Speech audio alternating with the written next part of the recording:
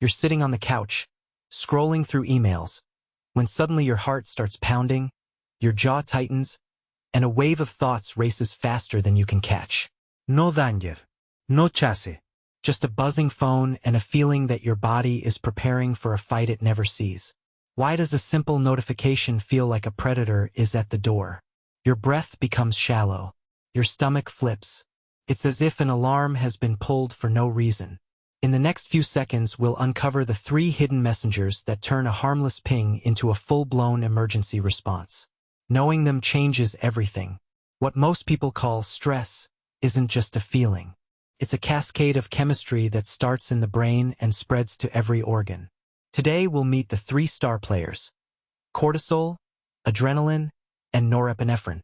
You've heard their names, but you've never seen how they work together. When these chemicals stay switched on, they can add inches to your waist, sap your memory, and keep you up at night. Understanding them is the first step to taking back control. Let's start with the hormone that runs the long-term emergency plan, cortisol. Cortisol is a steroid hormone released by the adrenal cortex the moment your brain signals danger. The hypothalamus, a tiny control center deep inside your brain, tells the pituitary gland to send a messenger called ACTH. ACTH then knocks on the adrenal gland's door, and they pour out cortisol. Think of it as the body's fuel up button. In the short run, cortisol is a lifesaver. It tells your liver to release stored glucose, giving muscles, heart, and brain an instant burst of energy. It also puts non-essential processes like digestion, tissue repair, and parts of the immune system on pause. Imagine a city that redirects all its power to the fire department during a blaze. That's cortisol shunting resources to where they're needed most. But when cortisol hangs around for weeks, the story flips. It tucks extra fat around the belly, makes blood sugar harder to regulate, and blunts immune defenses. Research shows chronic cortisol can shrink the hippocampus, the memory center of the brain. Sleep quality drops, mood wavers, and recovery slows. So if cortisol is meant to protect you, why does it feel like an enemy when you're stressed all day? That's where the instant action hormone steps in: adrenaline. Adrenaline, also called epinephrine, is a fast-acting catecholamine released by the adrenal medulla within seconds of a threat. The amygdala, the brain's alarm system, sends a rapid signal that triggers the adrenal glands to dump adrenaline into the bloodstream. It's the body's starting gun. Adrenaline makes your heart beat faster, your lungs expand, and your pupils widen. Blood rushes away from the digestive tract and floods the muscles.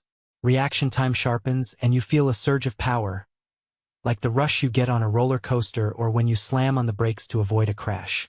In a real emergency, that surge can mean the difference between life and death. The problem appears when modern life constantly pulls that trigger. A stressful meeting, a late-night email, a headline about a disaster. Your brain treats these as physical danger. The result? Persistent anxiety, muscle tension, rapid heartbeat, and trouble sleeping.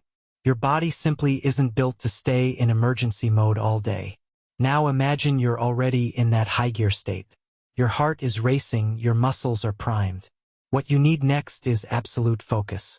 That's the job of norepinephrine. Norepinephrine, another catecholamine, floods the brain after adrenaline and fine-tunes attention. It tells the brain to ignore distractions and zero in on what matters. It also narrows certain blood vessels, helping maintain blood pressure so oxygen-rich blood reaches critical organs efficiently. Think of it as the spotlight that shines on the most important scene during a crisis. In short bursts, norepinephrine boosts alertness, improves memory recall, and enhances mental performance, perfect for delivering a presentation or navigating a dangerous terrain. But balance is everything. Too little can leave you feeling sluggish and unmotivated, a state often linked to depression. Too much can drive chronic anxiety, high blood pressure, and a constant feeling of hypervigilance. Your brain wasn't designed to stay hyper-focused forever. It needs periods of rest to reset. So we've met the 3 messengers that turn a simple email into a full-scale emergency response. Cortisol fuels the long-term fight, adrenaline fires the starting gun, and norepinephrine sharpens the focus. When they work together for a few minutes, they keep us alive. When they stay on for hours, days, or months, They become the hidden culprits behind weight gain, sleeplessness, and chronic stress. If this is blowing your mind, hit that subscribe button and let's keep exploring how your body really works. Your body is trying to keep you safe, but it can't tell the difference between a real predator and a blinking notification. That's why the same chemistry that helped our ancestors outrun saber-toothed cats now shows up when you stare at a screen for hours. The good news is that you have a toolbox of habits that can coax those hormones back into their proper rhythm. First, let's talk about sleep. Deep, restorative sleep is the single most powerful reset button for the stress cascade. During the deepest stages of the night, the brain releases a surge of growth hormone and a burst of DHEA, both of which counteract the catabolic effects of cortisol. When you skimp on sleep, cortisol stays elevated, and the balance tips toward fatigue, weight gain, and a foggy mind. Aim for a consistent bedtime routine. Dim the lights an hour before you plan to turn in, avoid screens that emit blue light, and give yourself a few minutes of quiet breathing or gentle stretching. Even a short nap can lower adrenaline levels and give your nervous system a chance to breathe. Second, movement is a natural antidote to chronic stress hormones. Moderate aerobic activity, like a brisk walk or a bike ride, triggers the release of endorphins, natural mood-lifting chemicals, that compete with adrenaline and norepinephrine for receptor sites. Over time, regular exercise trains the hypothalamus to interpret stress signals more accurately, reducing the frequency of false alarms. Strength training also matters because it boosts testosterone and DHEA, helping to restore the hormonal balance that chronic cortisol erodes. The key is consistency, not intensity. A daily habit of 30 minutes of movement is enough to keep the stress response in check. Third, nutrition plays a subtle but crucial role. Foods that cause rapid spikes in blood sugar, think sugary drinks, refined pastries, and white bread, force the pancreas to release insulin, which in turn can trigger a secondary cortisol surge. Instead, focus on meals that combine protein, healthy fats, and fiber. Think of a plate with grilled salmon, a handful of nuts, and a colorful salad drizzled with olive oil. These foods provide a steady stream of glucose, preventing the brain from sounding the alarm overdrive. Certain nutrients, like magnesium and omega-3 fatty acids, have been shown to blunt the activity of the amygdala, the brain region that launches the fight or flight response. Including leafy greens, seeds, and fatty fish in your diet can therefore help keep adrenaline and norepinephrine from running rampant. Fourth, breath work and mindfulness are like a manual override for the nervous system.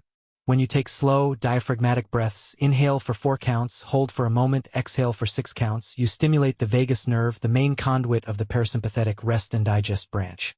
This signal tells the hypothalamus that the threat has passed, prompting a rapid drop in cortisol and adrenaline. Even a few minutes of focused breathing before a stressful meeting can make the difference between a shaky voice and a confident presentation. Mindfulness meditation, practiced daily for 10 to 15 minutes, has been linked to reduced activity in the brain's threat circuitry and lower baseline levels of cortisol. Fifth, social connection is an often overlooked regulator of stress hormones.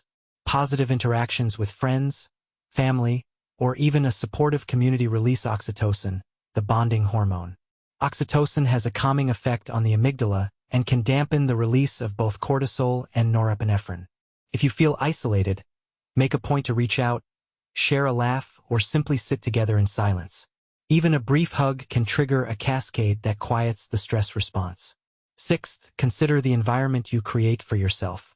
Chronic exposure to loud noises, bright artificial lighting, or clutter can keep the brain in a low-grade alert state. Design a workspace that minimizes distractions.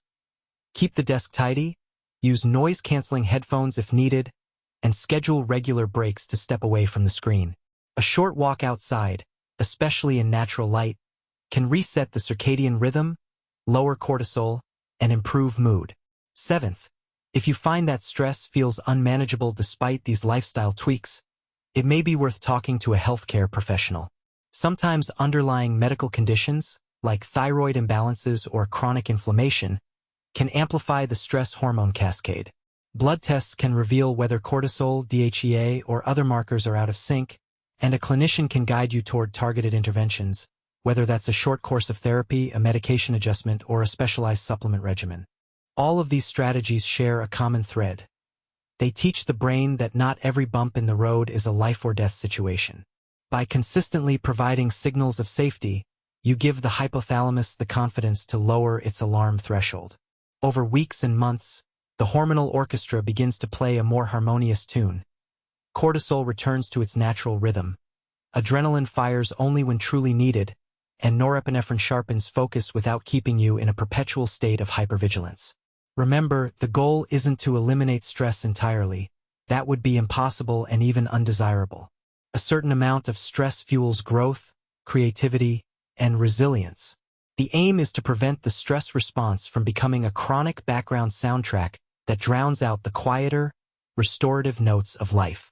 So, what will you try first? A nightly wind-down routine? A short walk after lunch? A mindful breathing session before your next Zoom call?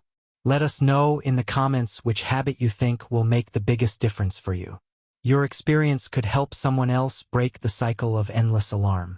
If this deep dive into the hidden chemistry of stress sparked a new insight, consider sharing the video with a friend who might be feeling overwhelmed. The more people who understand what's happening inside their bodies, the better equipped we all are to make healthier choices. And, of course, if you haven't already, hit that subscribe button and tap the notification bell so you won't miss future episodes where we unpack the science behind sleep, nutrition, brain health, and longevity. We're building a community of curious minds who want to take control of their biology, not be controlled by it.